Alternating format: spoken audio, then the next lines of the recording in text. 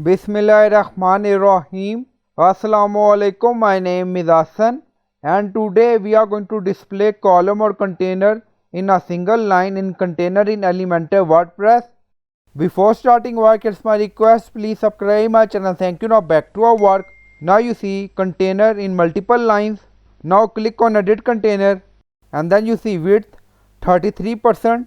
So we have 3 column or container in first line and then you see second line.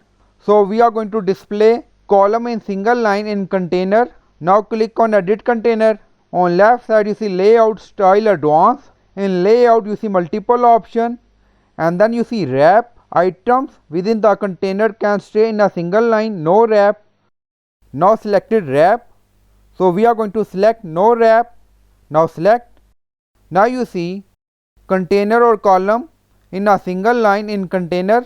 So you can set width according to your requirement. Now select. Now you see 66. So you can make it 20. So it's up to you. So you can set container or column width according to your requirement in Elementor WordPress. So in edit container we select no wrap. So in desktop layout you see all column or container in a single line.